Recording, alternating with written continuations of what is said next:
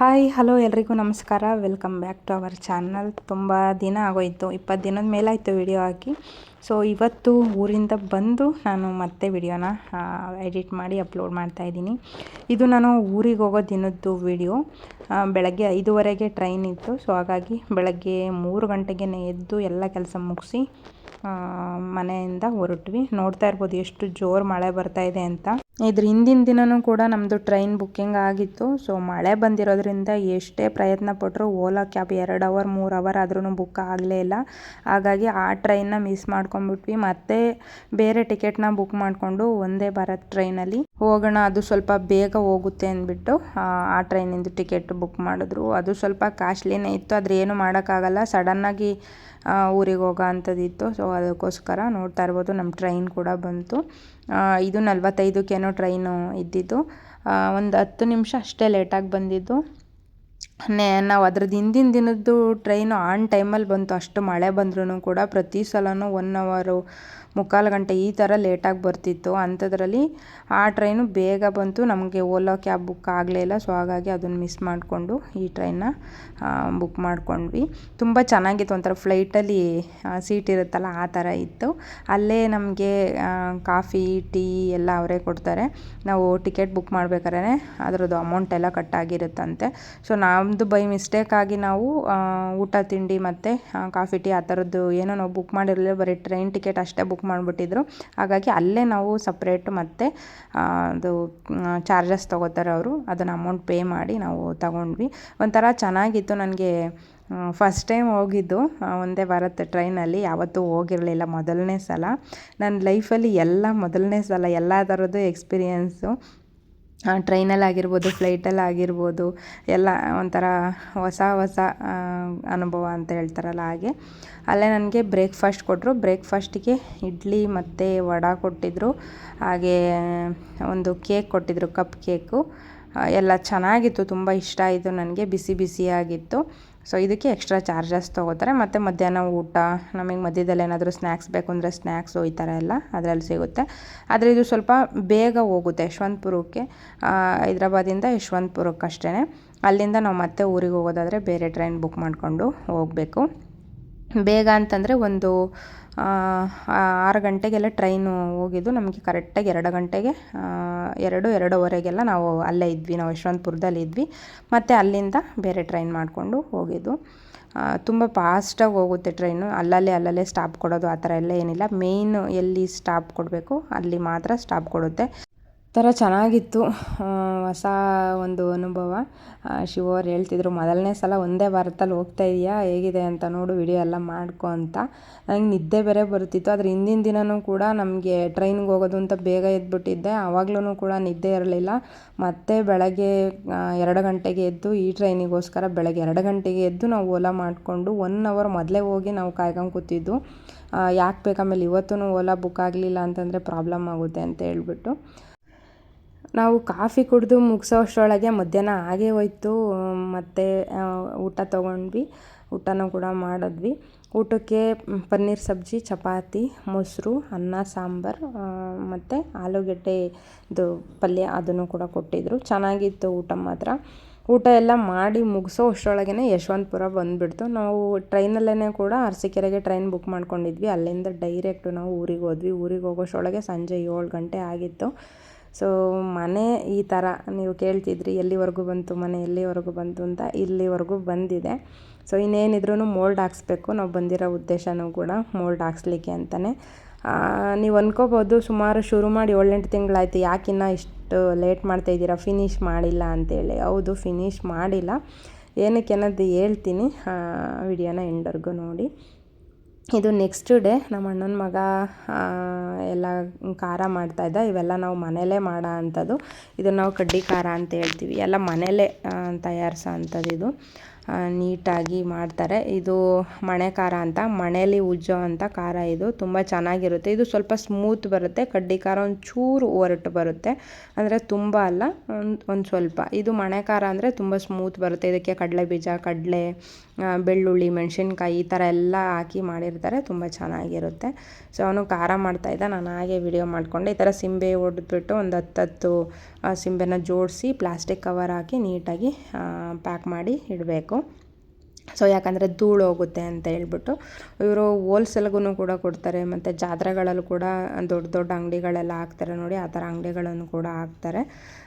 ಯಾರಿಗಾದ್ರೂ ಯಾವುದಾದ್ರೂ ಫಂಕ್ಷನ್ಗಳಿಗೆ, ನಾಮಕರಣ ಆಗಿರ್ಬೋದು, ಮದುವೆಗೆ ಏನಕ್ಕಾದ್ರೂ ಬೇಕಂದರೆ ಬಾದುಷಾ, ಬಾದಾಮ್ ಪುರಿ, ಲಾಡು, ಜಿಲೇಬಿ, ಮೈಸೂರು ಪಾಕು, ಯಾವುದೇ ಥರದ್ದು ಸ್ವೀಟ್ ಆದ್ರೂ ಕೂಡ ಮನೆಯಿಂದನೇ ನೀಟಾಗಿ ಮಾಡಿಕೊಡ್ತಾರೆ. ಅಥವಾ ಇಲ್ಲ ನಮಗೆ ಅಲ್ಲೇ ಬಂದು ಮಾಡಿಕೊಡಿ ಅಂತಂದರೆ ನೀವು ಅವ್ರು ಕೇಳಿದ ಐಟಮ್ಸ್ ಎಲ್ಲ ಕೊಡಿಸಿದ್ರೆ ಅಲ್ಲಿಗೆ ಬಂದು ಮಾಡಿಕೊಡ್ತಾರೆ.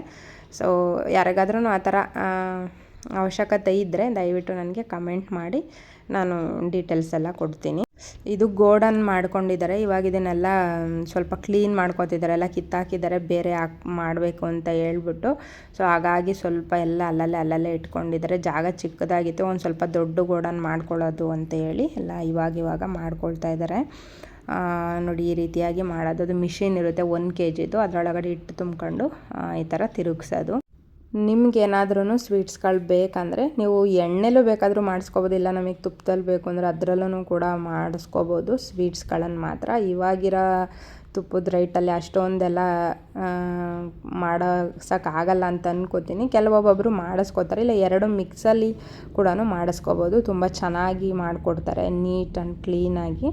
ನೀವು ಯಾವ ಥರ ಸ್ವೀಟ್ ಕೇಳ್ತೀರಾ ಆ ಥರ ಸ್ವೀಟ್ನೆಲ್ಲ ಮಾಡಿಕೊಡ್ತಾರೆ. ಜಿಲೇಬಿ ಆಗಿರ್ಬೋದು, ಜಹಾಂಗೀರು, ಮೈಸೂರು ಪಾಕು ಎಲ್ಲ ಪ್ರತಿಯೊಂದೂ ಕೂಡ ಮಾಡ್ತಾರೆ. ಸೊ ಅದಾದಮೇಲೆ ನೆಕ್ಸ್ಟ್ ಡೇ ನಮಗೆ ಮೋಲ್ಡ್ ಹಾಕೋದಿತ್ತು. ಹಾಗಾಗಿ ಸುತ್ತ ಎಲ್ಲ ಸೆಂಟ್ರಿಂಗ್ ಹಾಕ್ತಾಯಿದ್ರು. ನಮಗೆ ಎಷ್ಟು ಜಾಗ ಬೇಕು ಮತ್ತು ನಮಗೇನೇನೋ ಅದು ಹೇಳ್ತಾರೆ ಸೈಡಲ್ಲಿ ಎಲ್ಲ, ನಾವು ಎಲ್ ಶೇಪಲ್ಲಿ ಸೈಡ್ ಕಟ್ ತೊಗೊಂಡ್ವಿ. ಅದು ಏನು ಹೇಳ್ತಾರೆ ಅಂತ ನನಗೆ ಗೊತ್ತಿಲ್ಲ. ಆ ಕಡೆ ಈ ಕಡೆ ಸೈಡಲ್ಲಿ ಲೈಟ್ಗಳೆಲ್ಲ LED ಲೈಟ್ಗಳೆಲ್ಲ ಹಾಕ್ತಾರಲ್ಲ, ಆ ಥರ ನಮಗೆ ಆ ಕಡೆ ಸೈಡಲ್ಲಿ ಸ್ವಲ್ಪ ಜಾಗ ಇತ್ತು. ನಮಗೆ ಇನ್ನು ಈ ಕಡೆ ಜಾಗನೇ ಇರಲಿಲ್ಲ ನಮಗೆ, ಹಾಗಾಗಿ ನಾವು ಎಲ್ ಶೇಪಲ್ಲಿ ಮಾತ್ರ ತೊಗೊಂಡ್ವಿ. ಏನಕ್ಕೆ ನಮ್ಮನೆ ಇಷ್ಟು ಲೇಟ್ ಆಗ್ತಾಯಿದೆ ಅಂದರೆ, ನಮಗೆ ಕೋಟ್ರಸಲ್ಲಿರೋಕ್ಕೆ ಇನ್ನೂ 2 ವರ್ಷ ಟೈಮ್ ಇದೆ. ಯಾವುದೇ ಕಾರಣಕ್ಕೂ ಬಡ್ಡಿ ಸಾಲ ಮಾಡಿಬಿಟ್ಟು ಅರ್ಜೆಂಟಲ್ಲಿ ಮನೆ ಮಾಡ್ಕೋಬೇಕು ಅಂತ ಮಾಡ್ಕೊಳಕ್ಕಾಗಲ್ಲ. ಯಾಕಂದರೆ ಒಬ್ಬರು ದುಡಿಯೋದಿರೋದ್ರಿಂದ ಎಲ್ಲ ಅದರಲ್ಲೇ ಮೇಂಟೈನ್ ಮಾಡಬೇಕಾಗುತ್ತೆ. ನಾವು ಕೆಲವೊಂದನ್ನು ಉಳಿತಾಯ ಮಾಡಿಕೊಂಡು ಸೇವಿಂಗ್ ಅಮೌಂಟಲ್ಲಿ ಎಷ್ಟಾಗುತ್ತೆ ಅಷ್ಟನ್ನ ಮಾಡ್ಕೋಬೇಕು. ಯಾಕಂದರೆ ನಾವು ಯಾರಿಗೂ ಲೆಕ್ಕ ಕೊಡೋದಿರಲ್ಲ. ಇದು ನಾವಿರೋಕ್ಕೋಸ್ಕರ ಮಾಡ್ಕೊತಿರೋ ಮನೆ. ಅರ್ಜೆಂಟಲ್ಲಿ ಮನೆಗಳನ್ನ ಮಾಡಿಕೊಂಡ್ರೆ ಆ ಮನೆ ಒಳಗಡೆಗೆ ಹೋಗೋಕ್ಕೆ ಖುಷಿನೇ ಇರಲ್ಲ ನಮಗೆ. ಯಾಕಂದರೆ ನೆಕ್ಸ್ಟ್ ಡೇ ಯಾವ ಸಾಲದಾರು ಬಂದು ಹಿಂಸೆ ಕೊಡ್ತಾರೆ ಅನ್ನಿಸ್ತಾ ಇರುತ್ತೆ. ಸೊ ಅದಕ್ಕಿಂತ ಬೆಟರು ನಮಗೆ ಯಾವಾಗ ಅಮೌಂಟ್ ಆಗುತ್ತೆ ಆವಾಗ ನಮಗೆ ಎಷ್ಟೆಷ್ಟು ಕೆಲಸ ಆಗುತ್ತೆ ಅಷ್ಟೇ ಮಾಡಿಸ್ಕೊಳ್ಳೋದು ಬೆಟರ್ ಅಂತ ನನ್ನ ಅನಿಸಿಕೆ. ಕೆಲವೊಬ್ಬೊಬ್ಬರು ಮನೆ ಶುರು ಮಾಡಿ ಒಂದು 2-3 ತಿಂಗಳಲ್ಲಿ ಮುಗಿಸ್ಕೊತಾರೆ, 5-6 ತಿಂಗಳಲ್ಲಿ ಮುಗಿಸ್ತಾರೆ, ಅಥವಾ ವರ್ಷದೊಳಗಡೆ ಮುಗಿಸ್ಕೊತಾರೆ. ಅವರಿಗೆ ಫೈನಾನ್ಷಿಯಲಿ ಸಪೋರ್ಟ್ ಮಾಡೋಕ್ಕೆ ಒಂದು ಹೆಂಡ್ತಿ ಮನೆ ಕಡೆ ಸಪೋರ್ಟ್ ಇರುತ್ತೆ, ಇಲ್ಲ ಅವ್ರ ಮನೆ ಕಡೆ ಸಪೋರ್ಟ್ ಇರುತ್ತೆ. ನಮಗಂತೂ ಯಾವ ಕಡೆನೂ ಸಪೋರ್ಟ್ ಇಲ್ಲ, ನಾವೇ ಇಬ್ಬರು ನಿಂತ್ಕೊಂಡು ಮಾಡ್ಕೋಬೇಕು. ಸೊ ಅದಕ್ಕೋಸ್ಕರ ನಾವು ಇಷ್ಟು ತಡವಾಗಿ ನಿಧಾನವಾಗಿ ಮಾಡ್ಕೋತಾ ಇದ್ದೀವಿ. ಇಷ್ಟು ಬೇಗನೆ ಇದು ಕೆಲಸ ಮುಗಿಯಲ್ಲ, ನಮ್ಮದು ತುಂಬ ನಿಧಾನ. ನಾನು ಕೆಲಸ ಮಾಡಿಸ್ತಾ ಇರೋದೇ ನಾವು ಮನೆ ಕೆಲಸ ನಿಧಾನ. ಶಿವರ್ಗೆ ಯಾವಾಗ ರಜೆ ಸಿಗುತ್ತೆ ಅವಾಗ ಊರಿಗೆ ಹೋಗೋದು, ಏನೇನು ಕೆಲಸ ಇರುತ್ತೆ ಎಲ್ಲ ಮುಗಿಸೋದು ಬರೋದು, ಈ ಥರ ಮಾಡ್ಕೋತಾ ಇದ್ದೀವಿ. ಸೊ ಅರಸೀಕೆರೆಗೆ ಹೋಗೋದಿತ್ತು, ಹೋಗ್ಬಿಟ್ಟು ಸ್ವಲ್ಪ ಅದು ಏನು ಹೇಳ್ತಾರೆ ಸೆಂಟ್ರಿಂಗು ಹಾಕ್ತಾರಲ್ಲ, ಆವಾಗಲೇ ನಾವು ವೈರಿಂಗ್ ಮಾಡಿಸ್ಕೋಬೇಕಲ್ವ, ಎಲ್ಲೆಲ್ಲಿ ನಮಗೆ ಲೈಟ್ಗಳು ಬೇಕು, ಸ್ವಿಚ್ಗಳು ಬೇಕು ಎಲ್ಲ ಅದು ಮೇಲ್ಗಡೆ ವೈರಿಂಗ್ ಮಾಡ್ತಾರೆ. ಸೊ ಅದನ್ನೆಲ್ಲ ಮಾಡಿಸ್ಕೊಂಡ್ವಿ, ಅದನ್ನು ತೊಗೊಬರೋಣ ಅಂತ ಹೋಗಿದ್ವಿ. ಅದಾದಮೇಲೆ ಮತ್ತೆ ನಮ್ಮ ಅಣ್ಣರಿಗೆ ಸ್ವಲ್ಪ ಜಾತ್ರೆಗಳೇ ಬೇರೆ ಇತ್ತು, ಅವ್ರಿಗೊಂದು ಸ್ವಲ್ಪ ಎಲ್ಪ್ ಮಾಡೋಣ ಅಂತಂದ್ಬಿಟ್ಟು ನಮ್ಮ ಅಣ್ಣನ ಮಗ ಎಲ್ಲ ಕಡಲೆ ಬೀಜ ಮಾಡಿ ಎತ್ತಿಟ್ಟಿದ್ದ. ನಾನು ಸ್ವಲ್ಪ ಬಾದುಷಾ ಮಾಡೋಣ ಅಂದ್ಬಿಟ್ಟು ಎಲ್ಲ ಉಂಡೆ ಹಾಕಿ ಕೊಡ್ತಾಯಿದ್ವು. ಬಾದುಷಾ ಬಾದಾಮ್ ಪುರಿ ಮಾಡೋಣ ಅಂತ ಹೇಳ್ಬಿಟ್ಟು ಸ್ವಲ್ಪ ಅಲ್ಲೂ ನೋಡ್ಕೋಬೇಕು ಇಲ್ಲೂ ನೋಡ್ಕೋಬೇಕು, ಅವರು ಕೂಡ ಆಚೆ ಈಚೆ ಓಡಾಡ್ತಾನೆ ಇದ್ದರು. ಸೊ ಇದು ಬಾದಾಮ್ ಪುರಿ, ಬಾದುಷಾ ರೌಂಡಿಗೆ ಬರುತ್ತೆ, ಇದು ಬಾದಾಮ್ ಪುರಿ. ಬಾದುಷಾ ಎಲ್ಲ ಮಾಡಿದ್ದಾಯಿತು. ಆಮೇಲೆ ಪಾಕಕ್ಕೆ ಹಾಕ್ಬಿಟ್ಟು ಅವನು ತಟ್ಟೆಗೆಲ್ಲ ನೀಟಾಗಿ ಜೋಡಿಸ್ಕೊತಾ ಇದ್ದ. ನಾವು ಒಂದು ಕಡೆ ಬಾದಾಮ್ ಪುರಿ ಎಲ್ಲ ಪ್ರೆಸ್ ಮಾಡಿ ಕೊಡ್ತಾಯಿದ್ವು. ಇದು ಪಾಕದೊಳಗಡೆ ಹಾಕೋದು, ಸ್ವಲ್ಪ ಹೊತ್ತು ನೆನೆಲಿಕ್ಕೆ ಬಿಟ್ಬಿಟ್ಟು ಆಮೇಲೆ ಅದನ್ನು ಜೋಡಿಸ್ಕೊಳ್ಳೋದು. ಬಾದುಷಾ ಮಾಡಿದ್ದಾಯಿತು. ಇವಾಗ ಲಾಡು ಕಟ್ಟೋಣ ಅಂತ ಕೂತ್ಕೊಂಡ್ವಿ. ನೋಡ್ತಾ ಇರ್ಬೋದು ಎಷ್ಟು ಇದೆ ಅಂತ ಹೇಳ್ಬಿಟ್ಟು. ಸುಮಾರು ಒಂದು ದೊಡ್ಡ ಬಾಣಲಿಲಿ ಒಂದು ಬಾಣಲಿ ಅಷ್ಟಿತ್ತು. ಎಲ್ಲ ಕಟ್ಟಿ ಒಂದು ತಟ್ಟೆಲ್ಲ ಹಾಕಿ ಎತ್ತಿಡ್ತಾಯಿದ್ವಿ, ಒಂದು 2-3 ಜನ ಸೇರಿಕೊಂಡು. ಕಟ್ಟಿದ್ವಿ. ಅದು ಒಬ್ಬರು ಕೈಲೇ ಕಟ್ಟೋಕ್ಕಾಗಲ್ಲ. ನಮ್ಮ ಅಣ್ಣವ್ರು ಬೇರೆ ಊರುಗಳಿಗೆಲ್ಲ ಹೋಗ್ತಾರೆ ಅವರು ವ್ಯಾಪಾರಕ್ಕೆ ಮತ್ತು ಐಟಮ್ಸ್ ಕೊಟ್ಟು ಬರೋಕ್ಕೆಲ್ಲ. ಹಾಗಾಗಿ ನಾವು ಮನೇಲಿ ಇದ್ವಲ್ಲ, ಮನೇಲಿ ಕೂತ್ಕೊಂಡು ಇನ್ನೇನು ಮಾಡೋದು, ಅವ್ರ ಪಾಡಿಗೆ ಅವ್ರು ಕೆಲಸ ಮಾಡ್ಕೋತಾ ಇರ್ತಾರೆ. ನಾವು ಇದನ್ನಾದರೂ ಮಾಡೋಣ ಅಂದ್ಬಿಟ್ಟು ಸಣ್ಣ ಪುಟ್ಟದಾಗಿ ಮಾಡಿಕೊಂಡು ಮತ್ತೆ ಇಲ್ಲಿ ವಯರಿಂಗ್ ಮಾಡ್ತಾಯಿದ್ರು. ಸೊ ಅಲ್ಲಿ ನೋಡೋಣ ಅಂತ ಹೇಳ್ಬಿಟ್ಟು ಬಂದೆ. ಶಿವರು ಮುಂದೆ ನಿಂತ್ಕೊಂಡು ಎಲ್ಲೆಲ್ಲಿ ಏನೇನು ಬರುತ್ತೆ ಅನ್ನೋದನ್ನೆಲ್ಲ ತೋರಿಸಿ ಮಾಡಿಸ್ತಾಯಿದ್ರು. ಇದು ಆಗಸ್ಟ್ 25, 2025. ತುಂಬ ಖುಷಿಪಟ್ಟಂಥ ದಿನ. ಮತ್ತು ನಮಗೆ ತುಂಬ ಅಂದರೆ ತುಂಬ ಇಬ್ಬರಿಗೂ ಕೂಡ ಪ್ರೌಡ್ ಫೀಲ್ ಆಯಿತು. ಯಾಕಂದರೆ ಯಾರ ಹತ್ರನೂ ಏನೂ ಸಹಾಯ ಇಲ್ದಲೇ ನಾವಿಬ್ಬರೂ ಸೇರಿ ಇಷ್ಟರ ಮಟ್ಟಿಗೆ ಒಂದು ಮೋಲ್ಡ್ ಲೆವೆಲ್ವರೆಗೂ ಒಂದು ಮನೆ ತಗೊಂಬಂದಿದ್ದೀವಿ ಅಂತಂದರೆ ನಿಜವಾಗ್ಲೂ ಖುಷಿ ಆಯಿತು ನಮಗೆ. ಅವತ್ತು ಎಷ್ಟು ಖುಷಿ ಆಯಿತು ಅಂತಂದರೆ ಅದನ್ನು ಹೇಳ್ಕೊಳಕ್ಕೆ ಆಗಲ್ಲ, ಅಷ್ಟು ಖುಷಿ. ಬಹುಶಃ ನಮ್ಮ ಅಪ್ಪ ಇದ್ದಿದ್ರೆ ತುಂಬ ಖುಷಿ ಪಡೋರು ಅನಿಸುತ್ತೆ. ಅವರು ತುಂಬ ಇಷ್ಟಪಟ್ಟಂಥ ಜಾಗ ಅದು. ಅವರು ತುಂಬ ಇಷ್ಟಪಟ್ಟು ಗಾಳಿ ಮಳೆ ಅಂದಲೇ ಒಂದು ಗುಡಿಸಲಲ್ಲಿ ಜೀವನ ಮಾಡಿದ್ದಂಥ ಜಾಗ ಅದು. ತುಂಬ ವರ್ಷದಿಂದ ಖಾಲಿ ಬಿಟ್ಟಿದ್ವಿ. ಅದರಲ್ಲಿ ಇವಾಗ ಈ ಥರದ್ದು ಒಂದು ಮನೆ ಆಗ್ತಾಯಿದೆ ಅಂದಿದ್ರೆ ಅವರು ನಿಜವಾಗ್ಲೂ ತುಂಬ ಖುಷಿಪಟ್ಟಿರೋರು. ಇದಕ್ಕೆಲ್ಲದಕ್ಕೂ ನಾನು ಮನಸ್ಫೂರ್ತಿಯಾಗಿ ಶಿವರಿಗೆ ಥ್ಯಾಂಕ್ಸ್ ಹೇಳ್ತೀನಿ. ಯಾಕಂದರೆ ಆ ಒಂದು ಕನಸನ್ನ ನಾನು ಸಂಪೂರ್ಣವಾಗಿ ಮರೆತು ಬಿಟ್ಟಿದ್ದೆ. ಅವ್ರು ಅದನ್ನು ನನಸು ಮಾಡಿದ್ರು. ಅದನ್ನು ಎಷ್ಟು ಸರಿ ಅವರಿಗೆ ಥ್ಯಾಂಕ್ಸ್ ಹೇಳಿದ್ರೂ ಕಡಿಮೆನೇ. ಅವರಿಗೆ ನಾನು ಕೊನೆ ಉಸಿರಿರೋವರೆಗೂ ಅವರಿಗೆ ಋಣಿಯಾಗಿರಬೇಕು. ಅಷ್ಟು ನನಗೆ ತುಂಬ ಖುಷಿ ಕೊಟ್ಟಿದ್ದು. ನನಗೆ ನಿಜವಾಗ್ಲೂ ಏನು ಮಾತಾಡಬೇಕು ಅನ್ನೋದನ್ನೇ ಗೊತ್ತಾಗ್ತಾ ಇಲ್ಲ. ಸುಮಾರು ಒಂದು 13-14 ಜನ ಬಂದಿದ್ದರು ಕೆಲಸದವರು. ಎಲ್ಲರೂ ಅಷ್ಟೇ ತುಂಬ ಖುಷಿಯಿಂದ ನಮಗೆ ಕೆಲಸ ಮಾಡಿಸ್ಕೊಟ್ರು. ನಮ್ಮ ಮನೆನ ಕಟ್ಕೊಡ್ತಾ ಇರೋದು ಚಿರಂಜೀವಿ ಅಂತ ಹೇಳ್ಬಿಟ್ಟು. ಆ ಅಣ್ಣ ನಮ್ಮ ಊರಿನ ಪಕ್ಕದಲ್ಲೇ ಇರೋದು. ತುಂಬ ಒಳ್ಳೆ ಮನುಷ್ಯ ಮಾತ್ರ. ನಾವು ಯಾವಾಗ ಎಷ್ಟು ಅಮೌಂಟ್ ಕೊಡ್ತೀವಿ ಅಷ್ಟೇ ಇಸ್ಕೊಂಡು ಅಷ್ಟು ಪ್ರೀತಿಯಿಂದ ಖುಷಿಯಿಂದ ಕೆಲಸ ಮಾಡಿಕೊಡ್ತಾರೆ. ಸಣ್ಣ ಪುಟ್ಟ ಮಿಸ್ಟೇಕ್ ಏನಾದ್ರೂ ಅವ್ರ ಕಡೆಯಿಂದ ಆಗಿದ್ರೆ ಈ ಥರ ಅಲ್ಲ, ಈ ಥರ ಮಾಡಿಕೊಡಿ ಅಂದರೆ ಮತ್ತೆ ಅದನ್ನು ಮೊದಲಿಂದ ಮಾಡಿಕೊಡ್ತಾರೆ. ಅಷ್ಟು ತಾಳ್ಮೆಯಿಂದ ಮಾಡಿಕೊಡ್ತಿದ್ದಾರೆ. ತುಂಬ ಅಂದರೆ ತುಂಬ ಖುಷಿ ಆಯಿತು ನನಗೆ ಅವರು ಕೆಲಸ ನೋಡಿ, ಅವ್ರ ತಾಳ್ಮೆ ನೋಡಿ. ಅದರಲ್ಲೂ ಅಂತೂ ನನಗೆ ಮೋಲ್ಡ್ ಹಾಕೋ ದಿನ ಸಿಕ್ಕಾಬಟ್ಟೆ ಖುಷಿ ಆಯಿತು. ಕೆಲವೊಂದೊಂದು ಅಡೆತಡೆಗಳು ಬಂತು, ಅದನ್ನೆಲ್ಲದನ್ನು ಮೀರಿ ಫೈನಲಿ ಮೋಲ್ಡ್ ಕೆಲಸ ಶುರುವಾಯಿತು. ದೊಡ್ಡದೊಂದು ಟಾಸ್ಕ್ ಥರ ನಮ್ಮಿಬ್ಬರಿಗೂ ಇದು ಒಂದು ಸವಾಲಾಗಿತ್ತು. ಹೆಂಗಪ್ಪ ನಾವು ಮೋಲ್ಡ್ ಹಾಕ್ಸೋದು, ನಮಗೆ ಫೈನಾನ್ಷಿಯಲಿ ಸಪೋರ್ಟ್ ಯಾರು ಮಾಡ್ತಾರೆ, ಯಾವ ಥರ ನಾವು ಅಮೌಂಟ್ ಒದಗಿಸೋದು, ಸಾಲ ಮಾಡ್ದಲೇ ಯಾವ ಥರ ನಾವು ಅಮೌಂಟನ್ನ ಇದಕ್ಕೆ ಎತ್ತಿಡೋದು ಅಂತೆಲ್ಲ ತುಂಬ ಯೋಚನೆ ಮಾಡಿದ್ವಿ ನಾವು. ಹಂಗೂ ಹಿಂಗೂ ಮಾಡಿಬಿಟ್ಟು ನಾನು ಬೆಂಗಳೂರಲ್ಲಿ ಇರುವಾಗಲೇ ನಿಂಟ್ಲು ಲೆವೆಲ್ವರೆಗೂ ಅಂದರೆ ಸಜ್ಜೆ ಲೆವೆಲ್ವರೆಗೂ ತಗೊಂಡು ಹೋಗಿದ್ದೆ. ಸೊ ಅದಾದಮೇಲೆ ನಾನು ಹೈದ್ರಾಬಾದಿಗೆ ಬಂದೆ. ನಿಮಗೆ ಗೊತ್ತು, ಲಾಸ್ಟ್ ವಿಡಿಯೋದಲ್ಲಿ ನೋಡಿರ್ತೀರ. ನೆಕ್ಸ್ಟ್ ಇದ್ದಿದ್ದೆ ನಮಗಿದೊಂದು. ಇದು ನಮಗೆ ದೊಡ್ಡದು ಅಮೌಂಟು. ಯಾಕಂದರೆ ಒಂದು 5 ಲಕ್ಷದವರೆಗೂ ನಮಗೆ ಖರ್ಚು ಬರುತ್ತೆ. ಸೊ ಸುಮಾರು 1.5 ಟನ್ನಷ್ಟು ಕಬ್ಬಣನೇ ಬೇಕಂತ ಹೇಳಿದರು. ನಿಮಗೆ ಗೊತ್ತಿರುತ್ತೆ ಎಷ್ಟಿರುತ್ತೆ ಕಬ್ಬಣದ ರೇಟ್ ಅಂತ ಹೇಳ್ಬಿಟ್ಟು. ಮತ್ತು ಲೇಬರ್ ಚಾರ್ಜಸ್ ಆಗಿರ್ಬೋದು, ಸಿಮೆಂಟು, ಎಮ್ಸೆಂಡ್ ಆಗಿರ್ಬೋದು, ಜಲ್ಲಿ, ಪ್ರತಿಯೊಂದೂ ಖರ್ಚು ಬರುತ್ತೆ. ನಮಗಿದು ಒಂಥರ ಸವಾಲು ಅಂತಲೇ ಹೇಳ್ಬೋದು. ಅಂಥ ಸವಾಲನ್ನ ಗೊತ್ತಿಲ್ಲ ನನಗೆ ರಾಯರು, ನಾನು ನಂಬಿರೋ ಗಣೇಶ ಅಷ್ಟು ಈಸಿಯಾಗಿ ನೆರವೇರಿಸ್ಕೊಟ್ರು. ಅದರಲ್ಲೂ ಶಿವವ್ರ ಸಪೋರ್ಟ್ ಇಲ್ದಲೇ ಇದ್ದರೆ ಅದು ಏನೋ ಸಾಧ್ಯನೇ ಆಗ್ತಾ ಇರಲಿಲ್ಲ. ಯಾವ ಅಡೆತಡೆನೂ ಇಲ್ದಲೇ, ತೊಂದರೆ ತಾಪತ್ರೆಗಳಿಲ್ದಲೇ ಆರಾಮ್ಸೆ ನಮ್ಮದು ಮೋಲ್ಡ್ ಕೆಲಸ ನಡೀತು. ಸಿಕ್ಕಾಬಟ್ಟೆ ಖುಷಿ ಆಯಿತು. ಒಂದು 15 ದಿನ ನಾವು ಲೀವ್ ತೊಗೊಂಡಿದ್ದು ಅಷ್ಟೇ. ಯಾಕಂದರೆ ಮೋಲ್ಡ್ ಹಾಕ್ಸೋದು ಅಷ್ಟೇ ನಮ್ಮದು ಇಂಟೆನ್ಷನ್ ಇದ್ದಿದ್ದು. ಇನ್ನು ಬಾಕಿ ಕೆಲಸ ಎಲ್ಲ ನಿಮಗೆ ಗೊತ್ತು, ಅದು ಸೆಂಟ್ರಿಂಗ್ ಎಲ್ಲ ಅದು ತೆಗಿತಾರಲ್ಲ, 21 ದಿನ ಆದಮೇಲೆ ತೆಗಿತಾರೆ. ಅದಾದಮೇಲೆ ನಾವು ಬೇರೆ ಕೆಲಸನ ಶುರು ಮಾಡಿಸ್ಬೇಕಾಗಿರೋದು. ಸೊ ಅಲ್ಲಿವರೆಗೂ ನಮಗೆ ಟೈಮ್ ಇರುತ್ತೆ. ಇನ್ನೂ ಸ್ವಲ್ಪ ನಮ್ಗೆ ಅಮೌಂಟ್ ಅಡ್ಜಸ್ಟ್ ಮಾಡ್ಕೊಳ್ಳಿಕ್ಕೆ ಮತ್ತು ಬೇರೆ ಕೆಲಸ ಶುರು ಮಾಡಲಿಕ್ಕೆ. ಮೋಲ್ಡ್ ಒಂದು ಹಾಕ್ಸ್ಬಿಟ್ರೆ ಇನ್ನು ಬಾಕಿ ಕೆಲಸ ಎಲ್ಲ 1 ಲಕ್ಷದ್ದೇ ಇರುತ್ತೆ. ಇವಾಗ ನಾವು ಆಲ್ರೆಡಿ ಮೋಲ್ಡೆಲ್ಲ ಹಾಕ್ಸಾದ್ಮೇಲೆ ಬಾಗಿಲು ಮಾಡಲಿಕ್ಕೆ, ವಿಂಡೋಸ್ದು ಡೋರೆಲ್ಲ ಮಾಡಲಿಕ್ಕೆ ಅದಕ್ಕೆಲ್ಲ ಅದನ್ನು ಲೆಕ್ಕ ಹಾಕ್ಸಿದ್ವಿ. ಸರಿ ಸುಮಾರು 80,000 ಹತ್ತತ್ರ ಬರೀ ಡೋರ್ಗಳದ್ದೇ ಬಂದಿದೆ ನಮ್ಮದು. ಇನ್ನು ಸ್ಲೈಡರ್ಗಳಿಗೆ ನಾವು ಮರದ್ದೆಲ್ಲ ಕಿಟಕಿ ಹಾಕಿಲ್ಲ. ಒಂದೇ ಒಂದು ಸಾಂಪ್ರದಾಯಿಕವಾಗಿರಲಿ ಅಂದ್ಬಿಟ್ಟು ಒಂದು ಕಿಟಕಿ ಮಾತ್ರ ಇಟ್ಟಿರೋದು. ಮತ್ತು ನಮ್ಮದು ದೇವ್ರ ಮನೆ ಬಾಗಿಲ್ದು ಕಿಟಕಿದು ಎಲ್ಲ ಟೀಕಲ್ಲಿ ಮಾಡಿಸಿರೋದ್ರಿಂದ ಸ್ವಲ್ಪ ಅಮೌಂಟು ಜಾಸ್ತಿ ಬರುತ್ತೆ.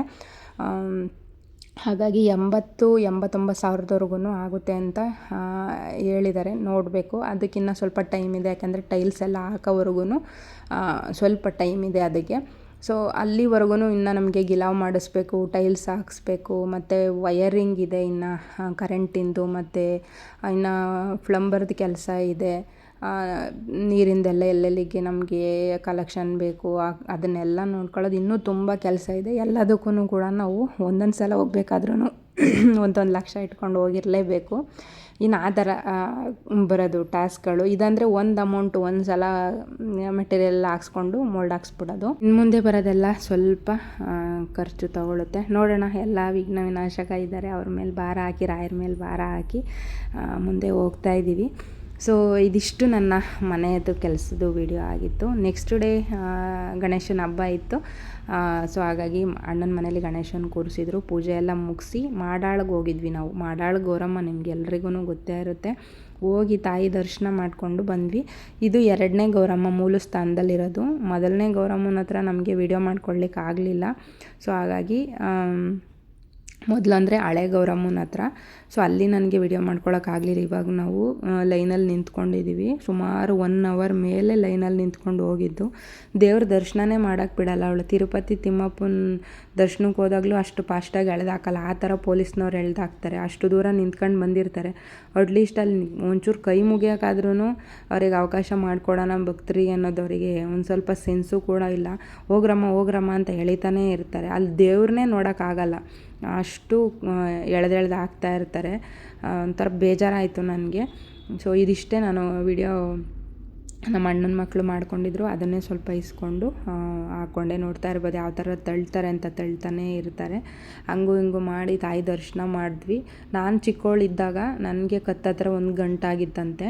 ಆವಾಗ ನಮ್ಮ ತಾಯಿ ಹರಕೆ ಮಾಡ್ಕೊಂಡಿದ್ರಂತೆ, ನಾನು ಬದುಕಿರೋವರೆಗೂ 101 ರೂಪಾಯಿನ ಕರ್ಪೂರ ಹಚ್ಚಿಸ್ತೀನಿ, ನನ್ನ ಮಗಳಿಗೆ ಯಾವ ತೊಂದರೆನೂ ಇಲ್ದಂಗೆ ಆ ಗಂಟನ್ನು ಕರಗೋ ಥರ ಮಾಡು ಅಂತ ಡಾಕ್ಟರ್ ಅದನ್ನು ಆಪ್ರೇಷನ್ ಮಾಡಬೇಕಂತ ಹೇಳಿದ್ರಂತೆ. ಸೊ ಅದು ಗೌರಮ್ಮನ ಕೂರ್ಸೋವಷ್ಟರೊಳಗೆ ಅದು ನನ್ನ ಕುತ್ತಿಗೆಯಲ್ಲಿದ್ದಿದ್ದು ಗಂಟೆಲ್ಲ ಕರಗೋಗಿತ್ತಂತೆ. ಆವಾಗಿಂದ ನಮ್ಮ ತಾಯಿ 101 ರೂಪಾಯಿನ ಕರ್ಪೂರ ಹಚ್ಚಾಕ್ಸರಂತೆ. ಅದನ್ನು ನಮ್ಮ ತಂದೆ ನನಗೆ ಹೇಳ್ಕೊಟ್ಟಿದ್ರು. ನಾನು ಊರಲ್ಲಿರೋವರೆಗೂ ಹೋಗ್ತಾನೆ ಇದ್ದೆ. ಅದನ್ನೇ ಮುಂದುವರಿಸ್ಕೊಂಡು ಬಂದೆ. ಆಮೇಲೆ ನಾವು ಕೂಡ ಅಲ್ಲಿ ಜಾತ್ರೆಯಲ್ಲಿ ಅಂಗಡಿ ಎಲ್ಲ ಹಾಕೋದು ಅದೆಲ್ಲ ಮಾಡೋದ್ರಿಂದ ಆವಾಗ ಒಂದು ಪ್ಯಾಕೆಟ್ ಅಕ್ಕಿ ಕೊಡೋದು, 1 kg ಕರ್ಪೂರ ಹಚ್ಚಾಕೋದು, ಹಣ್ಣುಕಾಯಿ ಮಾಡಿಸ್ಕೊಂಬರೋದು, ಇದೊಂದು ರೂಢಿ ಮಾಡ್ಕೊಂಡಿದ್ದೆ. ಇವಾಗ ಬೆಂಗಳೂರಿಗೆ ಬಂದಮೇಲೆ ಅದೆಲ್ಲ ಸ್ಟಾಪ್ ಆಯಿತು. ಅಪ್ಪನೂ ತೀರೋದ್ರು. ಹಾಗಾಗಿ ಯಾವಾಗ ನನಗೆ ಅಲ್ಲಿಗೆ ಹೋಗೋಕ್ಕೆ ಅವಕಾಶ ಸಿಗುತ್ತೆ ಆವಾಗ ಹೋಗಿ ತಾಯಿ ದರ್ಶನ ಮಾಡಿಕೊಂಡು ಮಾಮೂಲಿ ಏನಿರುತ್ತೆ ಅದು ಪೂಜೆ ಮಾಡಿಸ್ಕೊಂಡು ಬರ್ತೀನಿ. ನೆಕ್ಸ್ಟ್ ಡೇ ನಾನು ದೇವಸ್ಥಾನಕ್ಕೆ ಹೋಗಾದ್ಮೇಲೆ ಬೆಂಗಳೂರಿಗೆ ಹೋಗಿದ್ದೆ ಅವ್ರ ಮನೆಗೆ. ಅಲ್ಲೇ ಚಿಕ್ಕದಾಗಿ ಒಂದು ಪಿಜ್ಜಾ ಪಾರ್ಟಿ ಮಾಡಿಕೊಂಡು ಮತ್ತೆ ಅಲ್ಲಿಂದ ಊರಿಗೆ ಬಂದೆ. ಅದರ ನೆಕ್ಸ್ಟ್ ಡೇನೇ ಒಂದಿನ ಬ್ಯಾಂಕ್ ಕೆಲಸ ಇತ್ತು. ಹಾಗಾಗಿ ಮನೆಗೆ ಬಂದಮೇಲೆ ಅಣ್ಣ ಅದಕ್ಕೆ ಇಬ್ಬರೂ ಬಾಗಿನ ಕೊಟ್ಟರು. ಆ ಬಾಗಿನ ಖುಷಿಯಿಂದ ತಗೊಂಡೆ. ಫೇಸ್ ನೋಡ್ತಾ ಇರ್ಬೋದು ಯಾವ ಥರ ಆಗಿದೆ ಅಂತೇಳ್ಬಿಟ್ಟು. ಸಿಕ್ಕಾಬಟ್ಟೆ ಬಿಸಿಲು, ಆ ಕೆಲಸ, ಆ ಟೆನ್ಷನ್ನು, ಯಪ್ಪ ಸಾಕಾಗೋಯ್ತು ನನಗಂತೂ. ಮತ್ತು ಇಲ್ಲಿ ಕೆಲಸ ಮಾಡಬೇಕು, ಇಲ್ಲಿಂದ ಹೋಗಿ ಅಲ್ಲಿ ಟೆನ್ಷನ್ನು, ಅಲ್ಲಿ ನೀರು ಬಿಡೋದು, ಇಲ್ಲಿ ನೀರು ಬಿಡೋದು, ಅವ್ರೇನು ಕರೆದ್ರೆ ಅಲ್ಲಿಗೆ ಓಡೋಗೋದು, ಏನೇನೋ ಒಂಥರ ಟೆನ್ಷನ್ಗಳು. ಊರಿಗೆ ಹೋದ್ರೂ ಅಷ್ಟೇ ಟೆನ್ಷನ್ನು, ಇಲ್ಲಿದ್ರೂ ಅಷ್ಟೇ ಟೆನ್ಷನ್ನು. ಸೊ ಅಣ್ಣನ ಮನೇಲಿ ಒಂದು ಬಾಗಿನ ತಗೊಳ್ಳೋದೇ ಒಂದು ಖುಷಿ. ಲಾಸ್ಟ್ ಟೈಮ್ ನನಗೆ ಈ 2 ವರ್ಷದ ಹಿಂದೆ ನಮ್ಮ ಅಣ್ಣನ ಮಗಳು ದೊಡ್ಡವಳು ತಂದು ಕೊಟ್ಟಿದ್ಲು. ಹೋದ ವರ್ಷ ನಾನು ಇರಲಿಲ್ಲ, ಕೋಲ್ಕತ್ತಾದಲ್ಲಿದ್ದೆ, ಹಾಗಾಗಿ ಅಮೌಂಟ್ ಹಾಕಿದ್ರು. ಮತ್ತು ಈ ವರ್ಷ ಅವ್ರ ಮನೇಲೇ ತೊಗೊತಿದ್ದೀನಿ. ಅದು ಒಂಥರ ಇದ್ದಿದ್ದು ಖುಷಿ ಅನ್ನಿಸ್ತು ನನಗೆ. ಸೊ ಸಿಕ್ಕಾಬಟ್ಟೆ ಖುಷಿ ಆಯಿತು. ತವ್ರ ಮನೆ ಚೆನ್ನಾಗಿದ್ರೆ ಹೆಣ್ಮಕ್ಳಿಗೆ ಸಂತೋಷದಿಂದ ಒಂದು ಅರಿಶಿನ ಕುಂಕುಮ ಸಿಗುತ್ತೆ. ಅದಕ್ಕೆ ಯಾವಾಗಲೂ ಹೆಣ್ಮಕ್ಳು ತವ್ರ ಮನೆ ಚೆನ್ನಾಗಿರಲಿ ಅಂತ ಬಯಸ್ತಾರೆ. ನಾನು ಕೂಡ ಮನಸ್ಫೂರ್ತಿಯಾಗಿ ಅವ್ರು ಚೆನ್ನಾಗಿರಲಿ ಅಂತಲೇ ಬಯಸ್ತೀನಿ. ಸೊ ಅದಾದಮೇಲೆ ಮೋಲ್ಡೆಲ್ಲ ಹಾಕಿದ್ರಲ್ಲ, ಅದು ಸೆಂಟ್ರಿಂಗ್ ಸೈಡಿಂದೆಲ್ಲ ತೆಗೆದ್ರು. ಅಲ್ಲಿಗೆ ಎಲ್ಲ ಸ್ವಲ್ಪ ಇದು ಸಿಮೆಂಟೆಲ್ಲ ಹಾಕ್ಬಿಟ್ಟು ಕಟ್ಟೆ ಕಟ್ಟಿಕೊಟ್ಟಿದ್ರು. ಅದಕ್ಕೆ ನೀರು ಬಿಡೋದಿತ್ತು. ನೀರು ಬಿಡ್ತಾ ಇದ್ದೀನಿ, ನೋಡ್ತಾ ಇರ್ಬೋದು. ಮೆಟ್ಲುಗಳಿಗೆಲ್ಲ ನೀರು ಹಾಕಿರಲಿಲ್ಲ, ಸ್ವಲ್ಪ ಕ್ಯೂರಿಂಗ್ ಆಗಿರಲಿಲ್ಲ. ನಾನು ಇನ್ನೇನು ಕ್ಯೂರಿಂಗ್ ಮಾಡಬೇಕು ಅನ್ನೋ ಅಷ್ಟರೊಳಗೆ ಶಿವರು ಬಾಬಾ ಅಂತ ಹೇಳ್ತಿರ್ತಾರೆ. ನಾನು ಊರಿಗೆ ಹೋಗ್ತಾ ಇದ್ದೆ. ಸೊ ಹಂಗಾಗಿ ಸ್ವಲ್ಪ ಕ್ಯೂರಿಂಗ್ ಆಗಿರಲಿಲ್ಲ. ಈ ಸಲ ಸಿಕ್ಕಾಬಟ್ಟೆ ಚೆನ್ನಾಗಿ ಕ್ಯೂರಿಂಗ್ ಮಾಡಿದ್ದೀವಿ. ಆಮೇಲೆ ಶಿವರು ನೋಡ್ತಾ ಇರ್ಬೋದು, ಹೊಲದ ಕೆಲಸ ಭರ್ಜರಿಯಾಗಿ ಮಾಡ್ತಾಯಿದ್ದಾರೆ. ಇದು ನಾವು ಹೈದ್ರಾಬಾದಿಗೆ ಬರೋದು ನಾಳೆ ಅನ್ನಂಗೆ ಮಾಡಿದಂಥ ವಿಡಿಯೋ ಇದು. 6ನೇ ತಾರೀಕು, ಸೆಪ್ಟೆಂಬರ್ 6ನೇ ತಾರೀಕಲ್ಲಿ ಮಾಡಿರೋದು ವಿಡಿಯೋ. 7ನೇ ತಾರೀಕಲ್ಲಿ ನಾವು ಬಂದುಬಿಟ್ಟಿದ್ವಿ ಇಲ್ಲಿಗೆ. ಎಲ್ಲ ಗರಿ ಎಲ್ಲ ಕಡ್ದು ಅವ್ರ ಸೊಸೆ ಕೊಡ್ತಾಯಿದ್ರು. ಅವಳು ತಂದು ಹಾಕ್ತಾ ಇದ್ಲು ಎಲ್ಲದನ್ನು. ಪಾಪ ಅವಳು ಕೆಲಸ ಅದು ಇದು ಅಂತ ಹೇಳ್ಬಿಟ್ಟು ಓಡಾಡೋದೇ ಆಗೋಗಿತ್ತು. ಇವತ್ತು ನಮಗೆ ಫ್ರೀಯಾಗಿ ಸಿಕ್ಕಿದ್ರು. ನಮ್ಮ ಅಣ್ಣರು ಸಿಕ್ಕಿರಲಿಲ್ಲ, ಅವರು ಮಕ್ಕಳು ಸಿಕ್ಕಿರಲಿಲ್ಲ, ನಾವೇ ಇಬ್ಬರು ಮನೇಲಿ ಇರ್ತಿದ್ದಿದ್ದು. ಸಿಕ್ಕಾಬಟ್ಟೆ ಬೋರ್ ಆಗ್ತಿತ್ತು ನಮಗೆ. ಫಸ್ಟ್ ಟೈಮ್ ನಮಗೆ ಒಂದು ಮೋಲ್ಡ್ ಹಾಕ್ಸಿದ್ದು ಒಂದು ಕೆಲಸ ಆಯಿತು ಅನ್ನೋದೊಂದು ಬಿಟ್ಟರೆ ಒಂದು ಸ್ವಲ್ಪ ರಜಾ ನಮಗೆ ಬೋರ್ ಅನ್ನಿಸ್ಬಿಡ್ತು. ಮನೇಲಿ ಯಾರೂ ಇರ್ತಿರಲಿಲ್ಲ, ನಾವೇ ಇಬ್ಬರು ಇರ್ತಿದ್ದು. ಸಿಕ್ಕಾಬಟ್ಟೆ ಬೇಜಾರು ಅನಿಸೋದು. ನಾನು ಅವ್ರ ಜೊತೆಲಿ ಹಾಗೆ ಓಡಾಡಿಕೊಂಡು ಒಂದು ಸೀಬೆ ಮರ ಇತ್ತು, ಹಣ್ಣುಗಳು ಬಿಟ್ಟಿತ್ತು ಎಲ್ಲ ನೋಡೋಣ ಅಂದ್ಬಿಟ್ಟು ಅಲ್ಲಿಗೆ ಹೋದೆ. ನೋಡ್ತಾ ಇರ್ಬೋದು ಎಷ್ಟು ಚೆನ್ನಾಗಿ ಹಣ್ಣು ಬಿಟ್ಟಿದೆ ಅಂತ ಹೇಳ್ಬಿಟ್ಟು. ಹಳ್ಳಿ ಜೀವನ ಚೆನ್ನಾಗಿರುತ್ತೆ ಅಂತ ಹೇಳ್ತಾನೇ ಇರ್ತಿದ್ದೆ. ಫೈನಲಿಯಾಗಿ ಹಳ್ಳಿಗೆ ಹೋಗಿ ಸೇರ್ಕೊಳ್ಳೋ ಹಂಗಾಗಿದೆ. ಇನ್ನೇನು ಮನೆ ಆಗ್ತಿದ್ದಂಗೆ ನೆಕ್ಸ್ಟ್ ಹೈದ್ರಾಬಾದಿಂದ ಡೈರೆಕ್ಟ್ ಊರಿಗೆ ಹೋಗೋದು ಗೃಹ ಪ್ರವೇಶ ಮಾಡಿಕೊಂಡು. ಇನ್ನು ಯಾವತ್ತೂ ಬೆಂಗಳೂರು ಕಡೆಗೆ ಹೋಗಲೇಬಾರದು ಅನ್ನೋಷ್ಟು ಕೋಪ ಬಂದಿದೆ. ಅಷ್ಟು ಮೋಸ ಓನರ್ಗಳು. ನಿಜವಾಗ್ಲೂ ಓನರ್ಗಳನ್ನ ಓನರ್ ಥರನೇ ನೋಡಬೇಕೇ ಹೊರತು ಯಾವುದೇ ಕಾರಣಕ್ಕೂ ಅವರು ಅಣ್ಣ ತಮ್ಮ ಅಮ್ಮ ಅಪ್ಪ ಆಗೋಕ್ಕೆ ಸಾಧ್ಯನೇ ಇಲ್ಲ. ಅದಂತೂ ನನಗೆ ಖಂಡಿತವಾಗ್ಲೂ ತುಂಬ ಚೆನ್ನಾಗಿ ಅರ್ಥ ಆಗೋಯ್ತು. 2ನೇ ಸಲನೂ ಕೂಡ ನಾವು ಮೋಸ ಹೋಗಿದ್ವಿ ಅಂತ ಹೇಳೋಕ್ಕೇ ನನಗೆ ಬೇಜಾರಾಗುತ್ತೆ. ಬಿಡಿ, ಹೋಗಿದ್ದೆಲ್ಲ ಹೋಯ್ತು, ಏನೂ ಮಾಡೋಂಗಿಲ್ಲ. ಎಲ್ಲ ಕೊಡೋದಿದ್ರೂ ಭಗವಂತ ಕೊಟ್ಟೇ ಕೊಡ್ತಾನೆ. ಊರಲ್ಲಿರೋಕ್ಕೂ ತುಂಬ ಖುಷಿನೇ. ಯಾಕಂದರೆ ಫ್ಯಾಮಿಲಿಗಳೆಲ್ಲ ಇರ್ತಾರೆ, ನಮ್ಮವರು ಅನ್ನೋರೆಲ್ಲರೂ ಇರ್ತಾರೆ. ಕೆಲವರೊಬ್ಬರು ಆಗದೇ ಇರೋರು ಇದ್ರೂ ನಾವು ಬೇಕು ಅನ್ನೋರು ಅಲ್ಲಿ ಊರಲ್ಲಿ ಸಿಗ್ತಾರೆ. ಕಷ್ಟ ಸುಖಕ್ಕೆ ಏನಾದ್ರೂ ಆದರೆ ಅಣ್ಣನ ಮಕ್ಕಳು ಎಲ್ಲರೂ ಇದ್ದಾರೆ. ಅದೊಂಥರ ಚೆನ್ನಾಗಿರುತ್ತೆ ಊರಿನ ಜೀವನನೂ ಕೂಡ. ಮತ್ತು ನಾವು ನೆಕ್ಸ್ಟ್ ಡೇ ಊರಿಗೆ ಹೊರಟ್ವಿ. ಟ್ರೈನ್ ಬುಕ್ ಮಾಡಿದರು ಶಿವವರು. ಎಲ್ಲ ಟ್ರೈನಲ್ಲಿ ಕೂತ್ಕೊಂಡ್ವಿ. ನಮ್ಮದು ಮಧ್ಯಾಹ್ನ 1:30 ಇದ್ದಿತ್ತು. 1 ಅವರ್ ಲೇಟಾಗಿ ಬಂತು ಟ್ರೈನು. ರೈಲ್ವೆ ಸ್ಟೇಷನಲ್ಲಿ ತಿಂಡಿ ಊಟ ಇಲ್ದಲೇ ಜಪ ಮಾಡ್ಕೊಂಡು ಕೂತ್ಕೊಂಡು ಫೈನಲಾಗಿ ಟ್ರೈನ್ ಬಂತು. ಹತ್ತಿ ಕೂತ್ಕೊಂಡು ನಮ್ಮಿಬ್ಬರ ಮುಖ ಬಂತು ಎಲ್ಲ ಟ್ಯಾನ್ ಆಗಿ ಬ್ಲ್ಯಾಕ್ ಆಗೋಗ್ಬಿಟ್ಟಿದ್ದೀವಿ. ಇದ್ದಿದ್ದೇ ಬ್ಲ್ಯಾಕು, ಅದರಲ್ಲಿ ಈ ಬಿಸಿಲು ಇನ್ನೂ ಬ್ಲ್ಯಾಕ್ ಮಾಡಾಕ್ಬಿಟ್ಟಿದೆ ನನ್ನ. ಎಲ್ಲರೂ ಕೇಳ್ತಾರೆ, ಯಾಕೆ ಇಷ್ಟೊಂದು ಬ್ಲ್ಯಾಕ್ ಆಗಿದೆ ಅಂದರೆ ಏನು ಮಾಡೋಣ, ನಾವಿರೋದೇ ಬ್ಲ್ಯಾಕು ಅಂದರೆ ಸ್ವಲ್ಪ ಬಿಸಿಲಿಗೆ ಹೋದ್ರೆ ಇದ್ದಿದ್ದು ಬ್ಲ್ಯಾಕ್ ಆಗೋಗ್ತೀನಿ, ಏನೂ ಮಾಡೋಂಗಿಲ್ಲ. ಅಂತೂ ಇಂತೂ ಫೈನಲಾಗಿ ರಜಾ ಎಲ್ಲ ಮುಗಿಸ್ಕೊಂಡು ಹೈದ್ರಾಬಾದಿಗೆ ರೀಚ್ ಆದ್ವಿ. ಇನ್ನೇನು ನೆಕ್ಸ್ಟ್ ಸ್ಟಾಪ್ ಇಳ್ಕೊಳ್ಳೋದಿತ್ತು. ಗಣೇಶನ ಉತ್ಸವ ನಡೀತಾಯಿತ್ತು. ಅಂದರೆ ಗಣೇಶನ ವಿಸರ್ಜನೆಗೆ ತೊಗೊಂಡೋಗ್ತಾಯಿದ್ರು ಅನಿಸುತ್ತೆ. ಎಷ್ಟೊಂದು ಗಣೇಶನ ಕೂರಿಸಿದ್ರು ಅಂತಂದರೆ ನನಗೇನಪ್ಪ ಇಷ್ಟೊಂದು ಗಣೇಶನ ಕೂರಿಸಿದಾರ ಅನ್ನಿಸ್ಬಿಡ್ತು. ಎಲ್ಲ ಲಾರಿ ಮೇಲೆ ಕೂರಿಸ್ಕೊಂಡು ವಿಸರ್ಜನೆಗೆ ಅಂತೇಳಿ ಕರ್ಕೊಂಡು ಹೋಗ್ತಿದ್ರು ಅನಿಸುತ್ತೆ. ನಾನು ಹಾಗೆ ಟ್ರೈನಲ್ಲಿ ಕೂತ್ಕೊಂಡು ವಿಡಿಯೋ ಮಾಡಿಕೊಂಡೆ. ಗಣೇಶನ ದರ್ಶನನೂ ಕೂಡ ಆಯಿತು ಬೆಳಗ್ಗೆನೇ. ಎಷ್ಟು ಬೇಗ ನಮಗೆ 15 ದಿನ ರಜಾ ಮುಗೀತು ಅನ್ಸೋದೇ ಗೊತ್ತಾಗಲಿಲ್ಲ. ಅಷ್ಟು ಬೇಗ ರಜಾ ಮುಗಿಸ್ಕೊಂಡು ವಾಪಸ್ ಕೂಡ ಬಂದ್ವಿ. ನೀವೆಲ್ಲರೂ ಕೇಳ್ತಾ ಇದ್ದೀರಾ ಡೈಲಿ ರೂಟೀನ್ ವಿಡಿಯೋ ಹಾಕಿ ಅಂತ. ನೋಡೋಣ, ಸಾಧ್ಯ ಆದರೆ ಇನ್ನು ಮುಂದೆ ಆದ್ರೂ ಡೈಲಿ ರೂಟೀನ್ ವ್ಲಾಗ್ ಮಾಡೋಣ ಅಂತ ಅಂದ್ಕೊಂಡಿದ್ದೀನಿ. ಸೊ ಹಾಗೆ ಎಲ್ಲ ಪ್ರಶ್ನೆ ಕೇಳ್ತಿದ್ರಲ್ಲ, ಎಲ್ಲ ಪ್ರಶ್ನೆಗೂ ಈ ವಿಡಿಯೋದಲ್ಲಿ ಉತ್ತರ ಕೊಟ್ಟಿದ್ದೀನಿ. ಮನೆ ಆಯಿತಾ, ಎಲ್ಲಿವರೆಗೂ ಬಂತು, ಇನ್ನು ಎಷ್ಟು ಕೆಲಸ ಇದೆ ಅಂತೆಲ್ಲ ಕೇಳಿದ್ರಿ. ನಮ್ದು ಇನ್ನೂ ಒಂದು 20% ಅಷ್ಟು ಕೆಲಸ ಆಗಿದೆ ಅಷ್ಟೇ. ಸೊ ನಿಮ್ಗೆ ಎಲ್ಲ ಪ್ರಶ್ನೆಗೂ ಇದರಲ್ಲಿ ಉತ್ತರ ಕೊಟ್ಟಿದ್ದೀನಿ. ಈ 3 ವರ್ಷದಿಂದ ನನ್ನ ಎಲ್ಲ ಕಷ್ಟ ಸುಖ ನೋವು ನುಲಿವು ನಾನು ಏನೆಲ್ಲ ಶೇರ್ ಮಾಡ್ಕೋಬೋದು ಒಂದು ಸೋಷಿಯಲ್ ಮೀಡ್ಯಾದಲ್ಲಿ, ಅಲ್ಲಿ ಒಂದು ಲಿಮಿಟಾಗಿ ನಾನು ಶೇರ್ ಮಾಡ್ಕೊಂಡಿದ್ದೀನಿ. ಸೊ ನಿಮಗೂ ಕೂಡ ಗೊತ್ತಿದೆ. ಸೊ ಇದಿಷ್ಟು ನನ್ನ ಒಂದು ರಜದ ಒಂದು ವ್ಲಾಗ್ ಆಗಿತ್ತು. ಹೇಗಿತ್ತು ಇವತ್ತಿನ ವಿಡಿಯೋ ಕಮೆಂಟ್ ಮಾಡಿ. ವಿಡಿಯೋ ಇಷ್ಟ ಆದರೆ ಪ್ಲೀಸ್ ಒಂದು ಲೈಕ್ ಮಾಡಿ, ಶೇರ್ ಮಾಡಿ. ಹಾಗೆ ನನ್ನ ಚಾನಲ್ನ ಸಬ್ಸ್ಕ್ರೈಬ್ ಆಗೋದು ಮರಿಬೇಡಿ. ಮತ್ತೊಂದು ವಿಡಿಯೋ ಒಟ್ಟಿಗೆ ಸಿಗ್ತೀನಿ. ಎಂಡ್ವರೆಗೂ ವಿಡಿಯೋ ನೋಡಿರೋ ಎಲ್ರಿಗೂ thank you so much. Love you all.